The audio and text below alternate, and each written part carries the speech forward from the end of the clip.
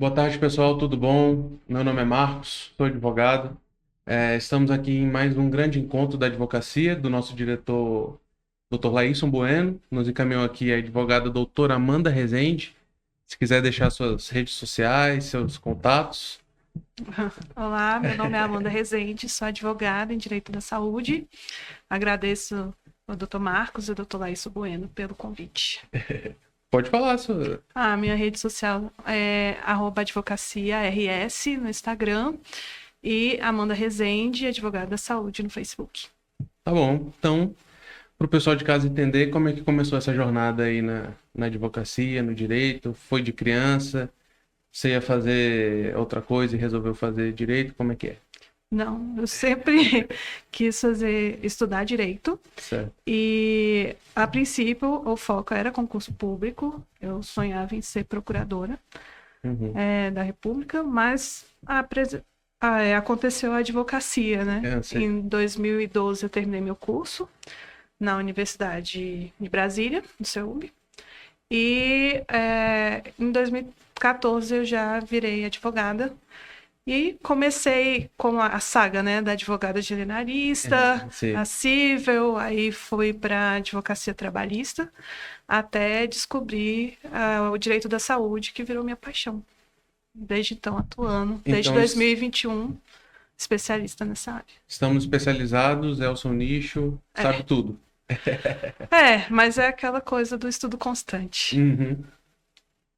Bom, separei umas perguntas aqui. Vou pedir o seu perdão para eu ler algumas, porque é muita coisa na cabeça, né? E são muitas Uhum. perguntas. Então, a primeira, que o pessoal que procura contratar, direito, advogado, especialista em direito da saúde, Sim, a primeira que a gente separou foi a seguinte: ao contratar o plano de saúde, como a operadora determina o que é doença pré-existente? certo. Então, quando você vai contratar um plano de saúde, a operadora, ela já apresenta uma declaração de saúde para você preencher. Uhum. Nessa declaração, você tem que contar se você tem alguma doença que você conhece que é diagnosticado. É aquele papelzinho gigantesco. Isso, é aquele papelzinho que você tem que preencher. Certo. Aí é sempre bom falar que sintoma não é doença. Às vezes Uhum. a pessoa, eu sofro de enxaqueca, ou tem alguma outra coisa que vai colocar como sintoma, e óbvio que a operadora já vai entender isso como uma doença pré-existente. Então, o ideal é que você coloque a doença que você é diagnosticado, e a partir disso vai gerar um período de carência para tratamentos complexos, né, de alta Entendi. tecnologia. Então, é, não é bom mentir. Você põe a sua doença que você já é pré-diagnosticado, e aí você vai ter esse período de carência para. Para procedimentos de alta complexidade ou de tecnologia bem avançada. Mas geralmente eu recomendo que não minta, Uhum. né? O único caso, por exemplo, em planos de saúde individuais, que você pode ter o plano cancelado é por fraude. E quando a fraude geralmente é você mentir ou omitir na declaração de saúde, quando você tem conhecimento de uma doença e aí você não declara, com medo do plano de saúde não aceitar a contratação, que é Uhum. ilegal. E nesses casos é bom você deixar tudo claro, né? Uhum. Todas as doenças que você tem a diagnóstico. E caso tenha alguma doença, só em procedimentos de alta complexidade que você vai ter 2 anos de carência. Entendi. Tinham me falado que era responsabilidade do plano de saúde, e agora é uma dúvida minha, porque eu já vi isso, né? Uhum. É, responsabilidade do plano de saúde, digamos, fornecer um médico para fazer o diagnóstico. Isso é inventado? É coisa do Não, Instagram? realmente o risco é do plano de saúde. Quando ele aceita a sua contratação, você vai fazer e ele pode oferecer que você passe por um médico Uhum. da própria casa, que ele arque com todas as despesas para fazer essa perícia. Mas tem que seguir esse rito, que não pode ser nada. Ah, ele tem sintoma de tal doença, então vamos colocar aqui que ele pode ter essa doença e Entendi. cumprir 2 anos de carência. Entendi. Bom, nossa segunda pergunta, já nessa questão de carência de plano de saúde, nesses casos, existem prazos de carência pré-determinados? É possível utilizar o plano de saúde antes disso? Então, existem os prazos, e esses prazos são parto 300 dias, Corridos ou corridos. se fosse da. Não, aí é realmente.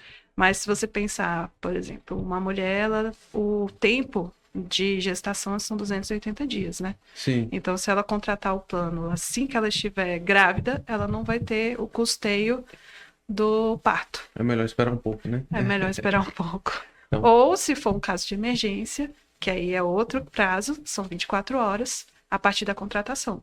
Mas casos de urgência e emergência. E os demais casos, né, eles são 180 dias.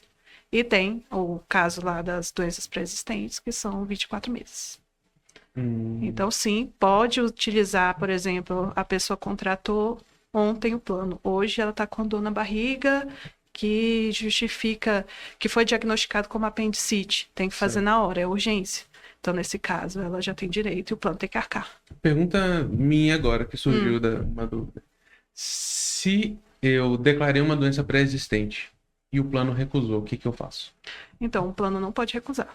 Uhum, Existem tanto lei, quanto jurisprudência, quanto súmulas da Agência Nacional de Saúde Suplementar que proíbe essa prática. Ela é inclusive discriminatória, tipo uma seleção de risco, é crime, então não uhum, pode ser feito. Óbvio que isso acontece muito, acontece. uhum. E nesses casos aí a gente pode tentar administrativamente, falando com a própria operadora, mostrando todas as leis, ou buscar judicialmente, nesses casos, inclusive na seara penal. Interessante. Isso aí realmente o pessoal não sabe, né? Não, não. Ele fica esperando e geralmente assim, o plano, ele nunca dá uma resposta negativa, ele te enrola.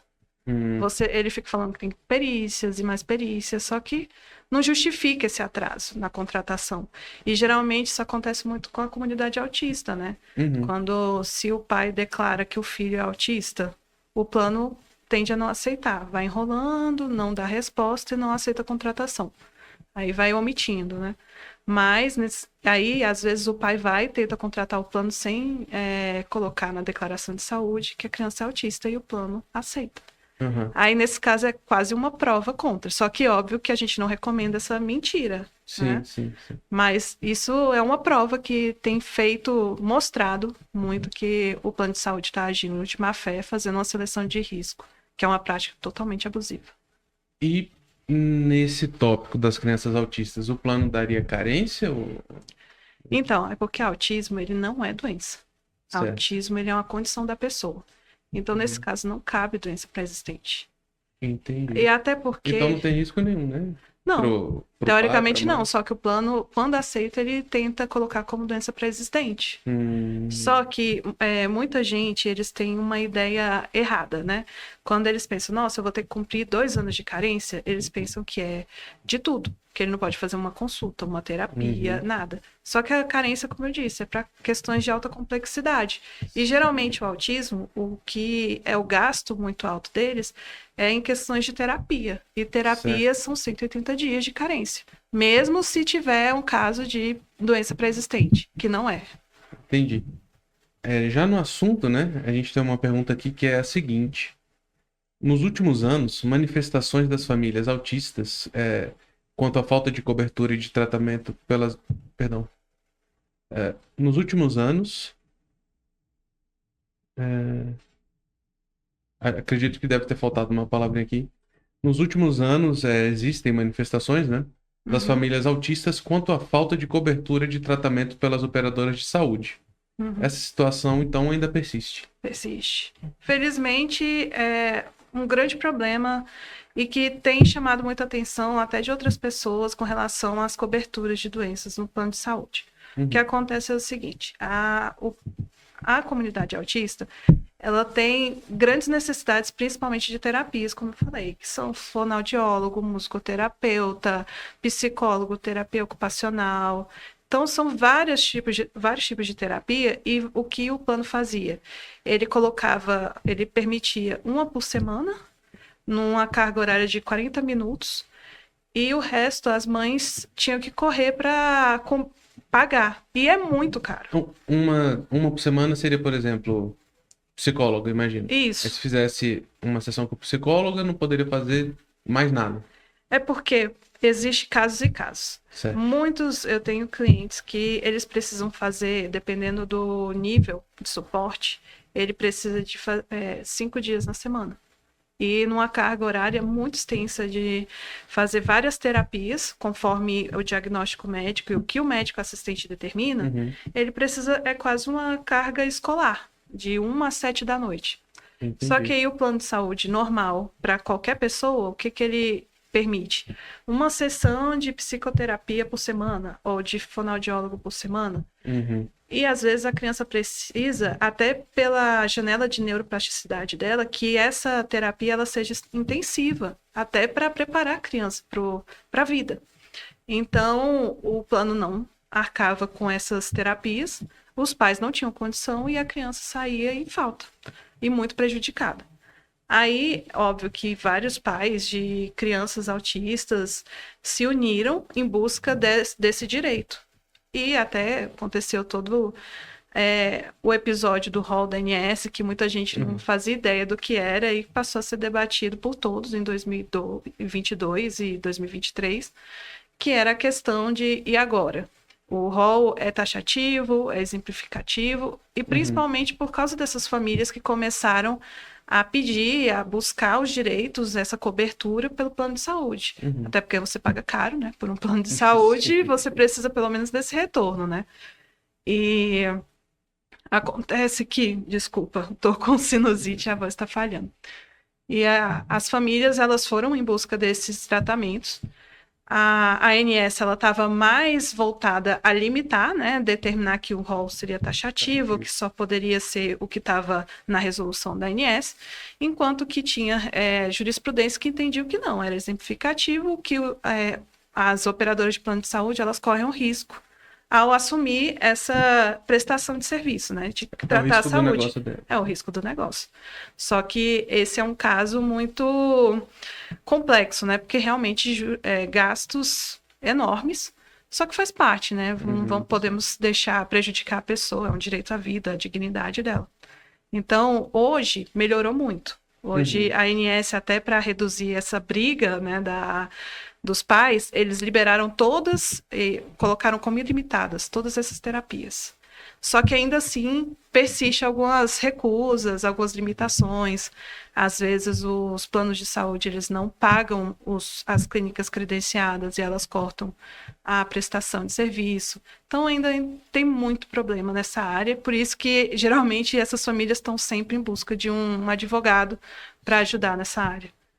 E o papai, a mamãe, né, o responsável que estiver passando por isso, qual a expectativa dele ao contratar um advogado?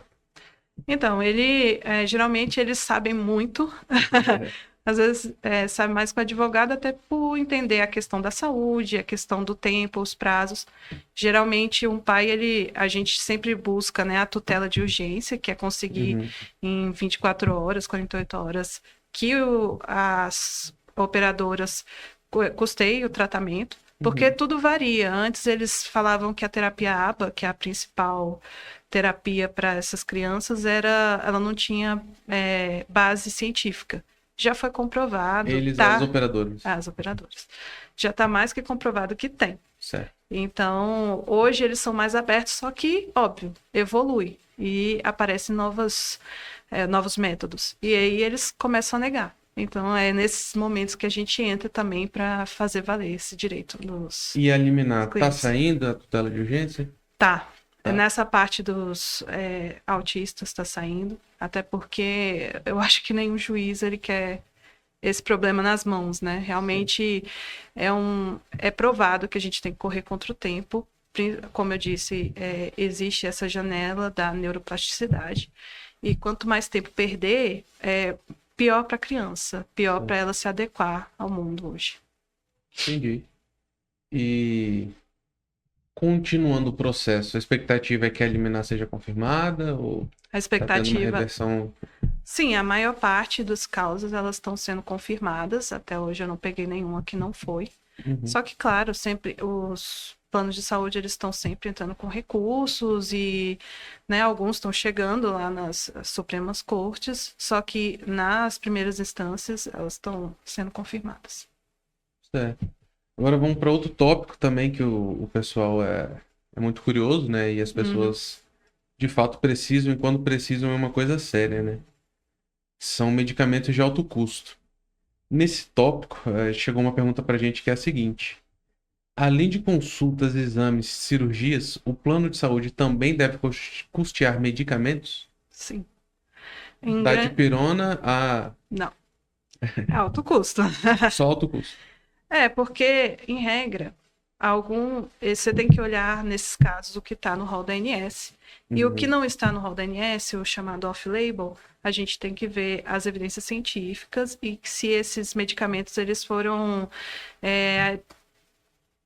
adquiridos pelas comissões de saúde, né? Como a Conitec ou alguma agência, órgão internacional que já falou que tem evidências que esse remédio realmente pode funcionar. Certo. Então, existem casos, alguns remédios estão tendo negativas, outros é direito do paciente, que muita gente não sabe, por exemplo, o hormônio do crescimento, a somatropina, ela tem, é direito, né, da pessoa que vai fazer esse tratamento, está no rol.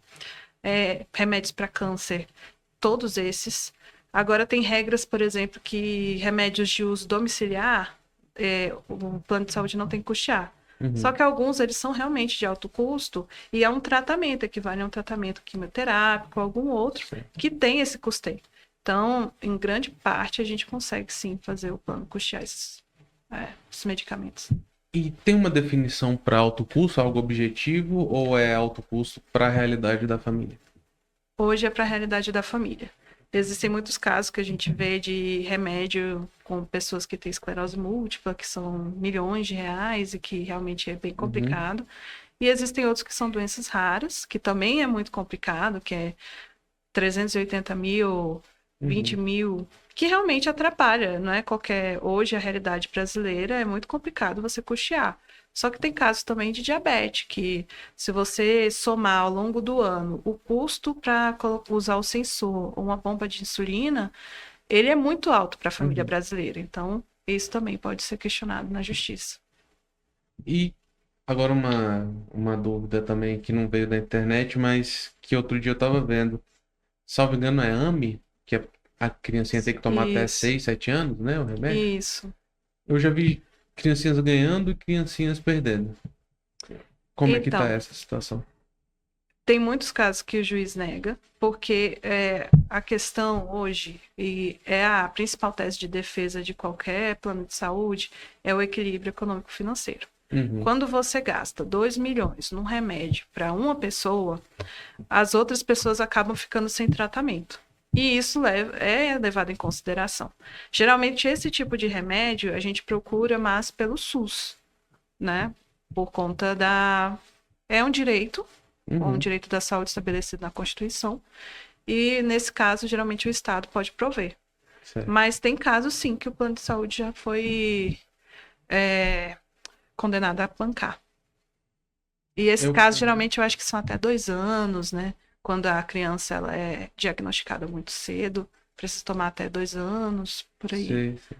Eu mesmo não sabia, né? Porque a gente vê muito na internet, sim, Instagram, as vaquinhas. Então, a melhor opção é o SUS. Hoje, eu diria que sim.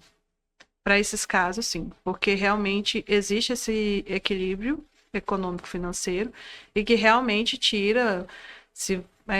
É lógico que hoje o lucro dos planos de saúde são de bilhões. Então, não dá para falar. Se eles têm um lucro de bilhões, eles conseguem, né, custear 2 milhões no remédio. Ou em tese conseguiriam, né? Em tese conseguiriam, mas ninguém quer abrir mão do lucro, né? Com certeza. Então, é uma briga boa. Às vezes você tem que analisar qual é o plano de saúde, o estado, até para ver qual é a melhor opção. Se busca pelo SUS, até porque o SUS você pode pedir em nível estadual, municipal ou pela União, ou se pelo plano de saúde.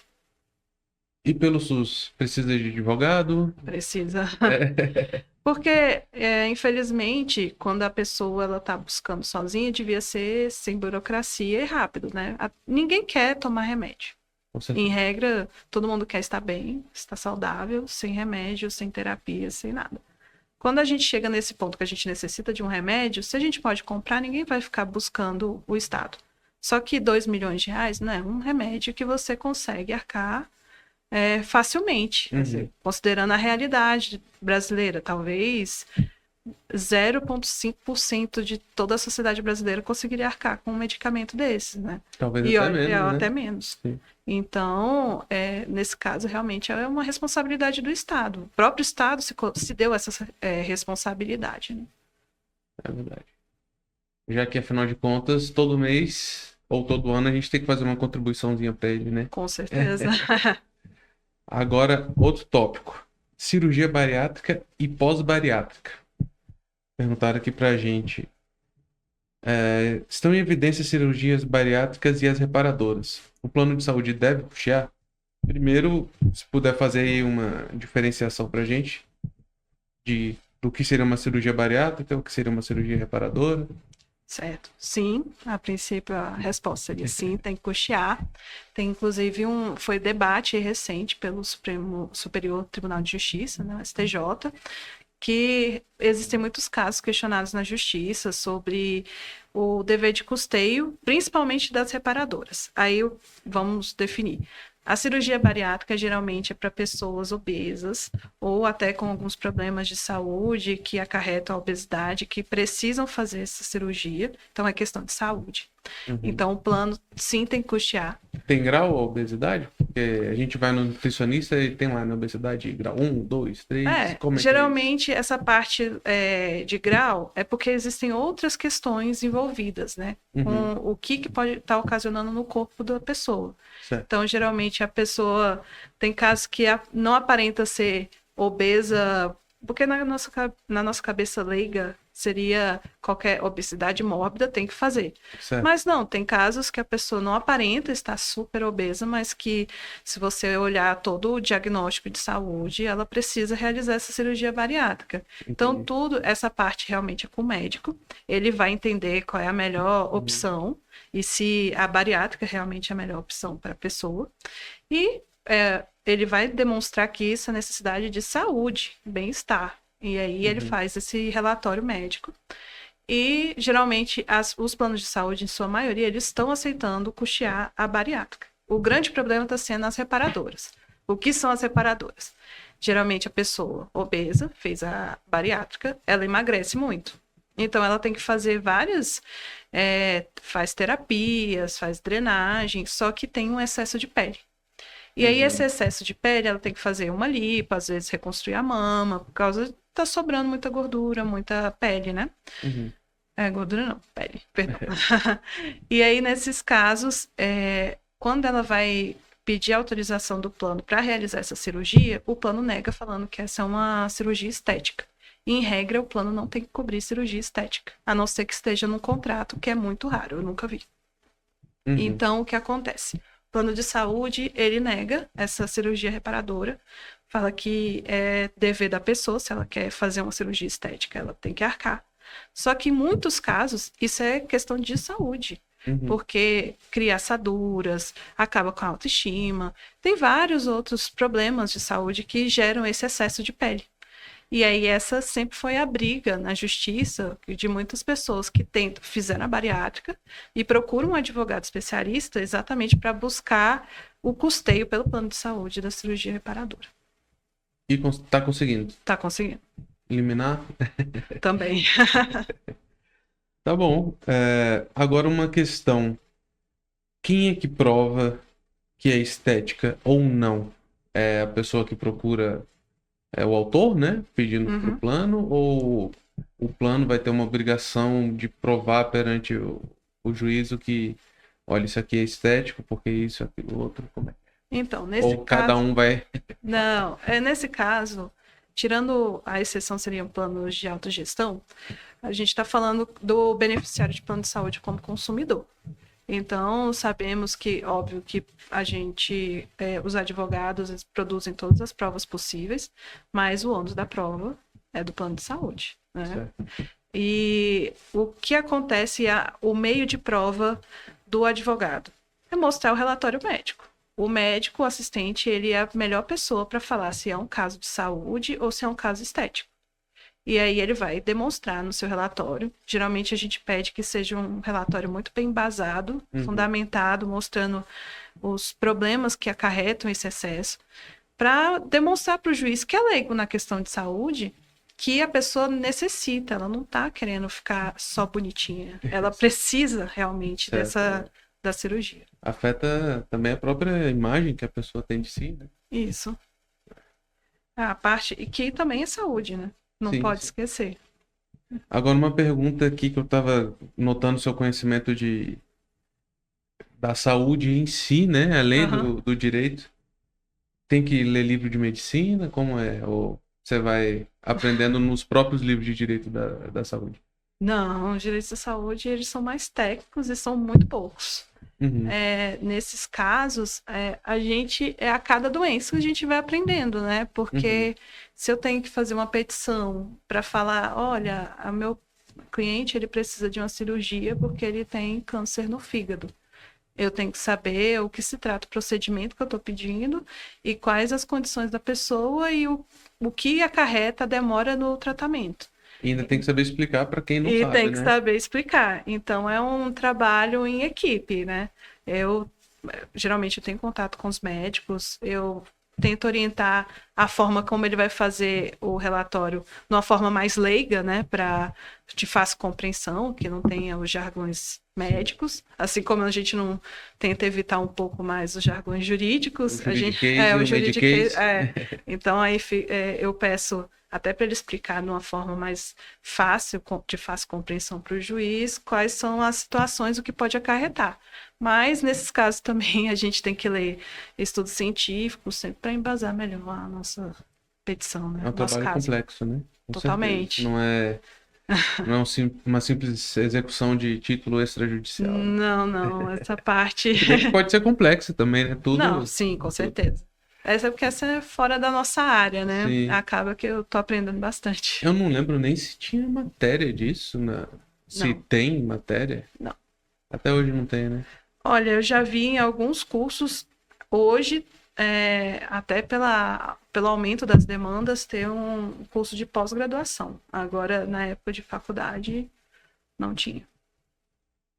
Bom, mas vamos agora voltar, né, para as perguntas do pessoal. Em matéria de reajuste, que esse eu sei que todo ano. É todo ano? Todo, Todo ano dá problema, né? todo. Inclusive a pergunta está aqui nesse sentido. Todo ano as mensalidades são reajustadas, aumentando muito o valor. Quais os critérios para realizar este aumento e como saber se é possível questionar o valor? Então, essa é a dor da pessoa anual, né? Ah, E às vezes com ela certeza. pode acontecer 2 vezes ao ano ainda. É mesmo? Porque o reajuste, ele pode ser anual e existe o reajuste de faixa etária, né? Com 10 faixas etárias. Então, às vezes, pode chegar a acontecer de você mudar a faixa etária e ter o reajuste anual. Então, são 2 reajustes pesados para a pessoa cumprir nesses casos. Geralmente você conta que vai ser aquela inflação que o governo divulga, mas é Não. 4 vezes maior, né? É porque pouca gente sabe, né? Geralmente a ANS, ela todo ano dá um percentual de reajuste. E as pessoas não entendem por que se a ANS falou que o reajuste é X, por que eu tenho que pagar no reajuste? O meu reajuste veio 3X, 4X. Por favor, nos explique. Esse é um grande problema. O que acontece? Existem os planos individuais e familiares e existem os planos coletivos. Certo. Então, o que a ANS determina anual é o reajuste individual e familiar. Então, esse ano, por exemplo, foi 6,91%. E nos outros casos, fica a critério da própria operadora de plano de saúde, né? Os casos coletivos. E coletivo seria o quê? Coletivo empresarial, coletivo por adesão. Coletivo, geralmente, a pessoa ou tem uma empresa, um CNPJ, e contrata por meio desse CNPJ, que é a forma favorita dos planos de saúde. Que o pessoal por esse abre motivo. CNPJ em Goiás, né? Isso, no CNPJ em Goiás, no Rio Grande, não, em Santa Catarina, que também parece que é mais barato. Eles abrem esse CNPJ para contratar um plano. E geralmente, ou tenha o coletivo por adesão, que é alguma categoria, o exemplo da OAB, que eles têm já chegou para você e para qualquer colega advogado, temos uma grande oferta para você que é da OAB, para um preço legal, para entrar em algum plano de saúde. Isso é um coletivo por adesão, é uma categoria, ou por um sindicato, alguma coisa que você tenha vínculo, né? Certo. E aí o que acontece? O entendimento da lei, da jurisprudência é que o coletivo são 2 CNPJs negociando o reajuste. Enquanto individual, a pessoa é um consumidor e ela está na questão de vulnerável. Então, a ANS determina para os planos individuais familiares o percentual, ele analisa a questão da inflação e fala, esse é o percentual que vai reajustar. Aí chega as pessoas que não têm esse plano individual, mas o plano por adesão principalmente, ou o coletivo, e apresenta, ano passado chegou a 42%, 60% de reajuste, o que é absurdo, né? Sim. Ou pelo menos para quem paga, né? Para quem recebe. Para quem recebe é uma maravilha. Mas aí nesses casos é que a gente questiona. Porque não dá para desvincular a questão do consumidor. O beneficiário de plano de saúde, ele é consumidor. Então, nesses casos, é importante analisar o contrato, que tem que estar descritas as condições para fazer esse reajuste, quando vai ser feito o reajuste, o mês que vai ser feito e todos os detalhes. Por exemplo, nas faixas etárias, já tem que estar escrito no contrato qual o percentual a cada mudança de faixa. E nos outros casos, quando é o anual, eles têm que ter critérios, porque não justifica você, pelo menos ao meu ver, e que eu sempre questiono, aumentar 60% um reajuste, falando que as despesas médicas aumentaram nesse nível. Porque se a própria ANS, analisando esse contexto de despesa médica, que não vai mudar o valor para quem é individual e para coletivo, e se é 6%, como que é 60% para o outro? Sim. Então, esses casos a gente tem que analisar e sempre fazer várias planilhas para ver os valores, e a gente consegue, às vezes, pedir um reembolso dos 3 últimos anos, quando a gente comprova que ele realmente foi abusivo, que não houve critério.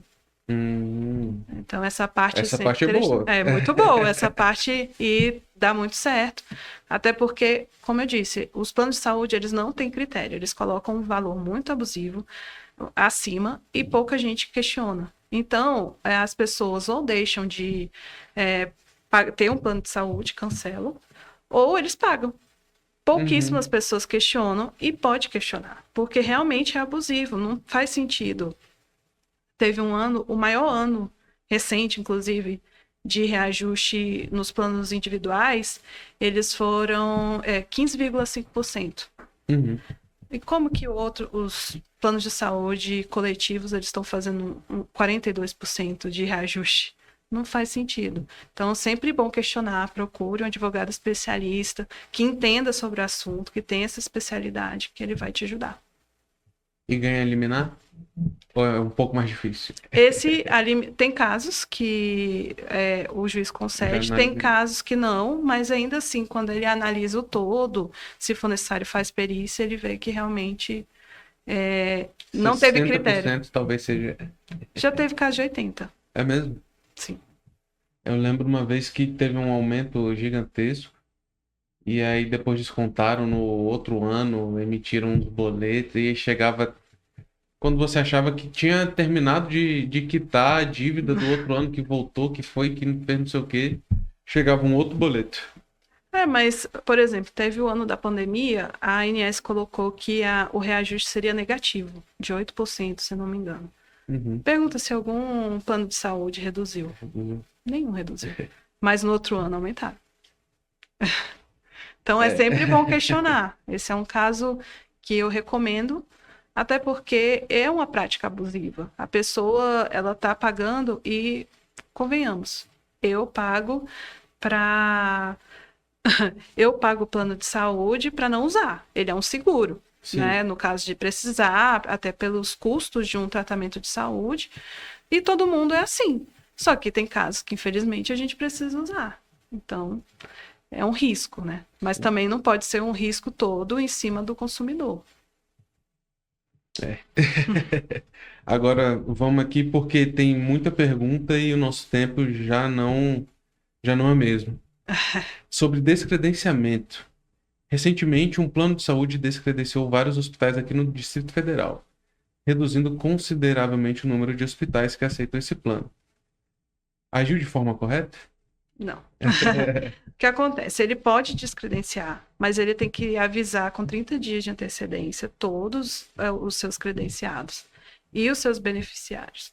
E, nesses casos, ele tem que substituir, porque você geralmente pagou sabendo a alta gama de hospitais credenciados e com qualidade. Então, ele tem que repor esses outros hospitais que foram descredenciados por outros da mesma qualidade. Certo. E não foi isso que aconteceu aqui no DF. Uhum. Ele simplesmente descredenciou vários, passou a atender só hospitais distantes, e aí acaba que é um ônus para o beneficiário. Essa prática é abusiva. E aí um bom advogado consegue fazer o quê? Então, é porque tudo depende do que a pessoa precisa. Às vezes, ela precisou de um atendimento e só tem nesse hospital, que é específico. Então, a gente pede o reembolso integral, porque foi descredenciado de forma abusiva e não teve reposição. Então, ele tem que arcar. Então, tudo depende o caso concreto, né?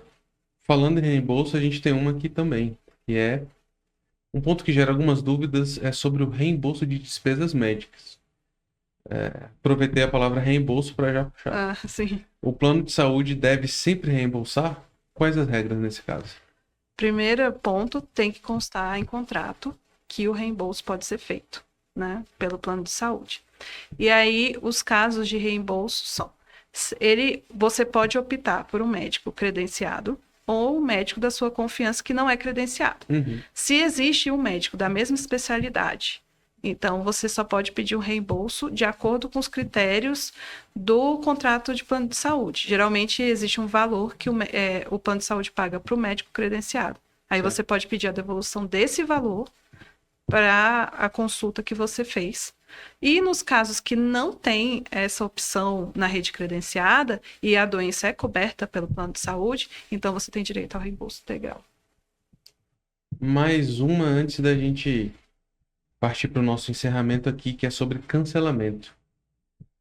Desde o ano passado, tem ocorrido muitos cancelamentos por parte dos planos de saúde.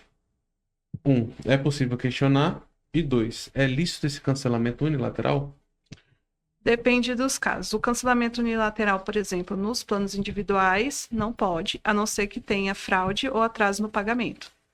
E nos outros casos, temos, nos casos de plano de saúde coletivo, né? Uhum. Pode ser cancelado, mas tem que seguir algumas regras. Deles o plano de saúde tem que ter pelo menos 12 meses ativo, tem que ter um aviso prévio, né, dos casos, tem que avisar. E o que está acontecendo? Os planos de saúde, eles não estão avisando. A pessoa do nada está recebendo com 5 dias, 30 dias, olha, seu plano está sendo cancelado, aqui está a carta de portabilidade. E o aviso prévio ele tem que ser de 60 dias, pelo menos. E o que não está acontecendo. E outro detalhe, o plano não pode ser cancelado quando tem tratamento. A pessoa está internada ou ela está tratando alguma doença. Ele não pode ser cancelado. Que acho que geralmente acontece muito. Né? É o que mais acontece, porque essa leva de cancelamento que aconteceu no início desse ano, até o meio desse ano, foi por conta disso. Geralmente pessoas idosas, autistas, pessoas que usam muito plano, tiveram seu plano cancelado. E geralmente essas pessoas estão em tratamento. Ou simplesmente elas estão numa condição de hipervulnerabilidade que elas não conseguem nem contratar outro plano, porque o plano enrola e elas não podem ficar sem. E eles não seguem os trâmites. Então, esses casos a gente tem questionado na justiça e tem logrado êxito. Bacana. E para a gente encerrar, então, uma pergunta para os nossos colegas advogados que estão vendo.